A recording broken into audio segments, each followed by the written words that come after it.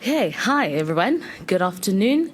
Democrat South Africans, thank you so much for availing yourselves for today's presser. My name is Karabo Khachau, dear National Spokesperson.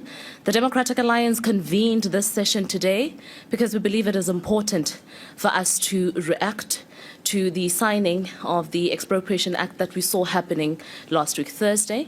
We are going to be giving clear directives of what it is that we're going to be doing legally and within the GNU on this matter. And John Steenhuisen, as the federal leader of the party, will lead us in that communication. We're also going to be having a conversation about what it is that we're going to do as far as the ANC's attempt to effect and roll out the NHI. But John is not here alone. We're also joined here by Dean McPherson, who's a DA Member of Parliament, as well as a DA Minister within the Government of National Unity, Minister of Public Works and Infrastructure, and of course my co-pilot, Vili Okamp. So I know you guys are really anxious to hear what John has to say quickly, so I'll sit. John, you can take the floor. Thank you very much, Karabo, and thank you very much to all of you who've come out today on this Saturday to come and listen to what we have to say about this very important issue.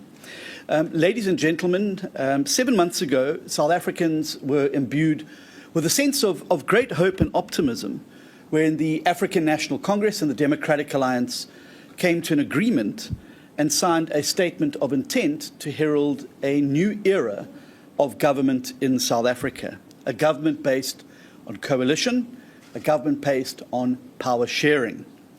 The statement of intent was the document and the basis upon which we gave our support to President Cyril Ramaphosa and voted him into office as the President of the Republic of South Africa on the 14th of June 2024.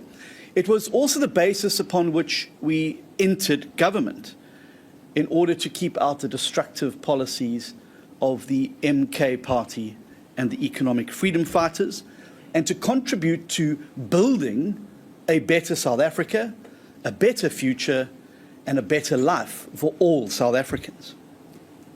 This came about after the voters and the people of the Republic of South Africa voiced their dismay with the ANC over their chronic service delivery failures, over the corruption, and over the missteps in government. In doing so, the voters of South Africa deprived the ANC of a majority for the first time in 30 years. Through their votes, the people of South Africa indicated that they wanted parties to work together to build a better South Africa. And I think this point is one which is absolutely worth emphasizing, that this is not a project of politicians. It is an expression of the will of the people of South Africa, who clearly said that they wanted parties to work together in a mutually respectful way to build South Africa and to ensure their interests were advanced. I'm proud to say that the DA continues to uphold our side of the bargain of that statement of intent. Portfolios that are under the control of DA ministers have done more to deliver progress in those ministries in the last 7 months than we've seen the ANC achieve in the last 30 years. Every single day, DA ministers, DA deputy ministers, presiding officers in Parliament, House chairpersons in the NCOP and committee chairs get out of bed more determined than ever before to build a more inclusive, prosperous and free South Africa. That is why we are in government, and that is what we are delivering. And this is precisely because we have heard the cry of the people for constructive cooperation, that the DA treats our fellow coalition partners and colleagues from other parties in a 10-party GNU with respect, making constructive suggestions aimed at resolving disagreements rather than inflaming them. As a result of all of this, the green shoots have started appearing in our economy and in the employment statistics. The rand has strengthened, and international analysts have hailed the formation of the GNU as South Africa's most significant moment since 1994. The recent World Economic Forum in Davos, from which I've returned from this morning, reflected the positive attitude of the world towards this magnificent political development. Every day since June 14 last year, the Democratic Alliance has made a concerted effort to ensure the success of the GNU. We have negotiated, we've compromised where needed, because as veterans of coalition politics, we know that no matter how large you are in a coalition, you don't always get your own way. You don't have 50% of the vote, which means that you cannot get everything that you want. At the same time, however, in various press conferences, we have made it abundantly clear that we were in government, in this GNU, to share power, not merely to make up the numbers, for the ANC to continue rolling out the same destructive policies and proposals that have landed South Africa in the situation that it has found itself over the last 2 decades. Now, any coalition agreement is premised on the acknowledgement that the larger party will, of course, have to be prepared to negotiate and compromise where needed, because all parties in the government of national unity represent the interests of a minority. However, after a very promising start whereby President Ramaphosa delayed the implementation of the Basic Education Laws Amendment Act to enable negotiations to continue, recent weeks have made it increasingly clear that the ANC has lost interest in honouring its side of our relationship and statement of intent. Unfortunately, the ANC has taken to openly disrespecting coalition partners and undermining the very trust upon which a coalition agreement is built. In his statement at the January 8th anniversary, President Ramaphosa was quoted as saying that although the ANC failed to secure 50% plus one in the elections, the ANC is still in charge. Just today, the President opened the ANC's Lekgotla by saying that the GNU exists to implement the NDR, the National Democratic Revolution. Now, not only is a statement like this incorrect, it is immature, but it also does not accord to the letter and spirit of the statement of intent. Unfortunately, however, it does accord with behaviour of recent weeks. In the last week, the President not only disregarded the very serious constitutional objections raised by the Minister of Public Works and Infrastructure, Minister Dean McPherson, over the Expropriation Bill, but he failed to even have the courtesy to inform the Minister about when he intended to sign the bill into force. Similarly, a few weeks ago, I personally wrote to the President about the contentious National Health Insurance Act, which, despite the fact that it was raised very clearly in the negotiations going into the agreement, despite the fact that there was agreement by all parties that there would be continued negotiations about it, we're met with TV screens at airports rolling out that the NHI is here. That does not accord to the spirit and intent of negotiation, compromise, and cooperation. In the correspondence that I addressed to the President, I made a number of constructive proposals for consideration because, as a Democratic Alliance, we want universal access to basic health care for all South Africans, regardless of their income. However, the NHI in its current form, which seeks to destroy private medical aids and tax credits and to launch an assault on the private medical sector, is not the way to go. If anything, Operation Vulindlela has shown us over the last few years it is indeed a public-private partnership and cooperation that leads to greater successes in government. I made a number of these constructive proposals which set out very clearly our position on the matter, and I asked for a meeting with the President to further engage ahead of the upcoming Cabinet Lekgotla to prevent a repeat of the events from the previous Lekgotla, where we vehemently objected to the inclusion of the NHI targets in the documentation. Amazingly, the President refused to even meet with the leader of the largest party in the coalition to discuss the single most critical issue for the future of the GNU and for the future of South Africa. Instead, my letter was simply waved away and sent into the abyss of the Health Department. And that leads me to the next point, because the same place my letter was sent to has been met with a really odd response. Instead of engaging respectfully and maturely to find solutions, the ANC Minister of Health, Aaron Motsoaledi, declared war on the GNU in front of the world at Davos this week.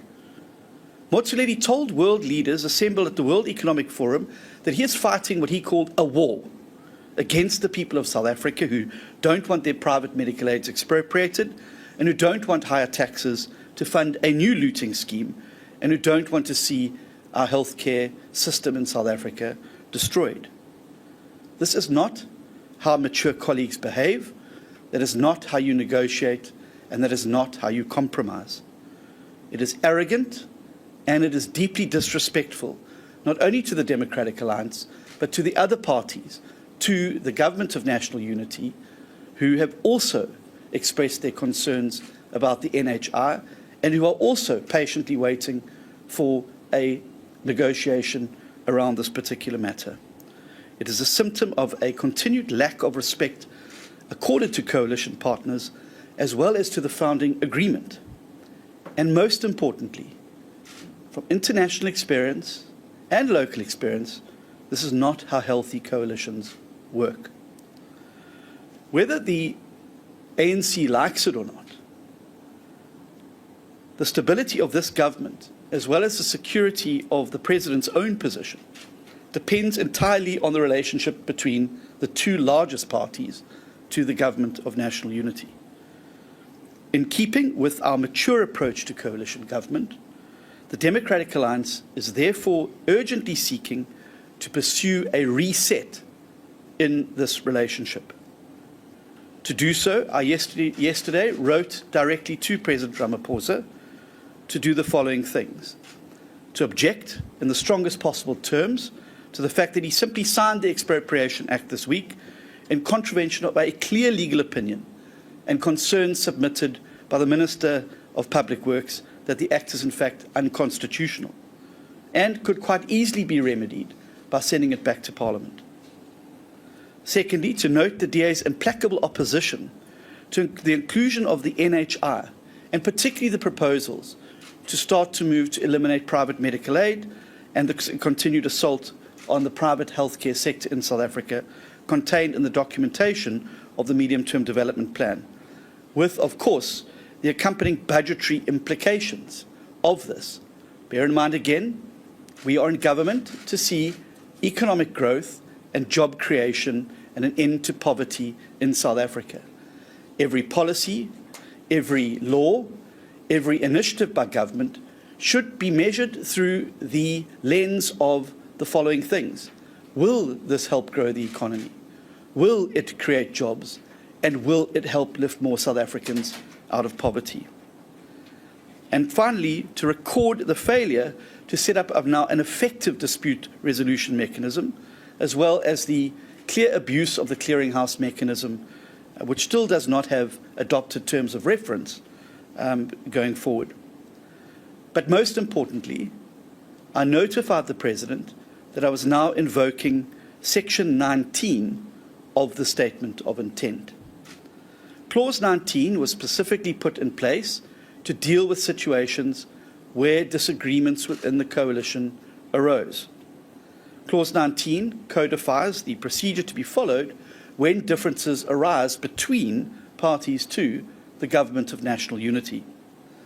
Clause 19.3 states, and I quote, "Sufficient consensus exists when parties to the GNU representing 60% of seats in the National Assembly agree," unquote.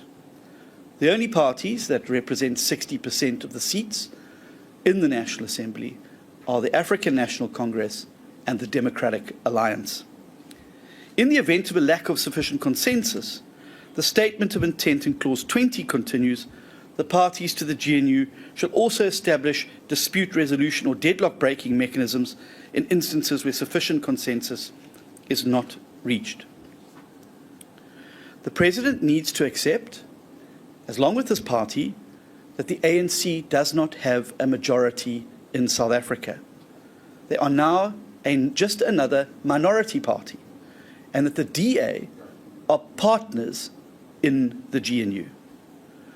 We won over 3.5 million votes in the last election, and we are in government to represent our voters and to rescue South Africa by growing the economy and creating jobs and ending poverty. If we cannot fulfill this mandate within the GNU and are treated merely as a doormat or treated as simply there to make up the numbers, we have to seriously consider our next steps. The DA, and I want to be very clear about this, the DA will not be reduced to being mere spectators in a government of which we bring a large part of the seats. I want the people of South Africa to know that the DA does not take this step lightly. We understand the grave implications, not only for politics, but for the future of governance in South Africa. The seriousness of this situation demands that we do engage other parties in the GNU too, who, like us, have publicly come out against the acts of the recent week, and particularly the IFP, who have now come out very strongly against the Expropriation Act too. We are invoking Clause 19 in pursuit of an urgent reset in the relations, because South Africa deserves a functioning coalition where partners treat each other with respect in pursuit of the solutions to the country's many pressing problems. The solutions must work to undo the failed policies of the past 30 years and set South Africa sailing on a new path of hope, prosperity, and opportunity for more South Africans. It is also not good enough to stand on the world stage and take the bouquets for the formation of the GNU if you are unwilling to domestically put in the hard yards that are required to make coalitions work. Under the GNU now, it is time for a reset that treats all parties to the GNU as key players in the decision-making processes of this government and the policies and practices that it will pursue. It is also a time for new policies and for a new direction for South Africa, away from the failed policies of the past, and that is precisely why the GNU was met with so much hope and excitement. And it's that hope and excitement that we wish to give a greater opportunity to through a reset in these relations. If the reset is not possible and we remain unable to be able to play our part in the growth and jobs agenda, if our ideas, if our solutions are merely waved away with the hand of the National Democratic Revolution, then we too will have to reconsider our options and how to best serve South Africa in this situation. It is my fervent hope that the coming week will see a coming together of the ANC and the DA, as well as the leaders of other parties, to adopt a far more cohesive, collaborative partnership towards governing South Africa and to implementing a new policy agenda that will bring the jobs we need, that will grow the economy in the way we need it to grow, and which will lift millions of our citizens out of poverty and into a new era of hope, opportunity, and prosperity. Thank you very much.